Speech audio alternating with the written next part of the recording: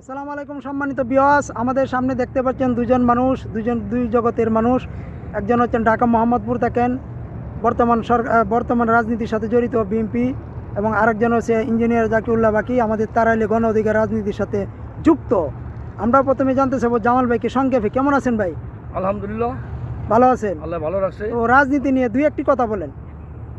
আমরা রাজনীতি করেছি জনগণের জন্য, জনগণ যাতে ভালোভাবে আরামে এসে ব্যবসা বাণিজ্য করতে পারে, কাজকাম করতে পারে, এই জন্যই আমাদের রাজনীতি করা, সম্মানের জন্য। আর নিজের হলেও একটু সম্মান, এলাকায় সম্মান পাবো, সম্মানের জন্য রাজনীতি করেছি। এখন দেখতেছি ইদানিং কিছু সন্ত্রাস চাঁদাবাজ, তাদের জন্য আমাদের কিছু ইমেজ ক্ষুণ্ণ হচ্ছে।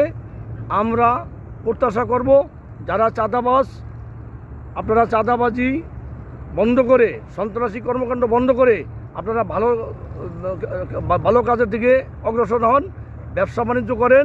প্রয়োজনে আমরা আপনাদেরকে সহযোগিতা করব। জামাল ভাই সংক্ষেপে, আপনি যে রাজনীতির সাথে যুক্ত আছেন কোন এলাকায় একটু সংক্ষেপে বলেন। আমি আদাবর থানা স্বেচ্ছাসেবক আহ্বায়ক ছিলাম দীর্ঘদিন। এখন বর্তমানে আদাবর থানা অন্তর্ভুক্ত 100 নম্বর ওয়ার্ড বিএনপির সাধারণ সম্পাদকের দায়িত্ব পালন করেছি। আমার নাম জামাল উদ্দিন শিকদার। সবাই আমার জন্য দোয়া করবেন। ধন্যবাদ সবাইকে। ধন্যবাদ জামাল ভাই। জামাল ভাই, আপনার পাশে যিনি আছেন উনিও রাজনীতিবিদ, তরুণ রাজনীতিবিদ।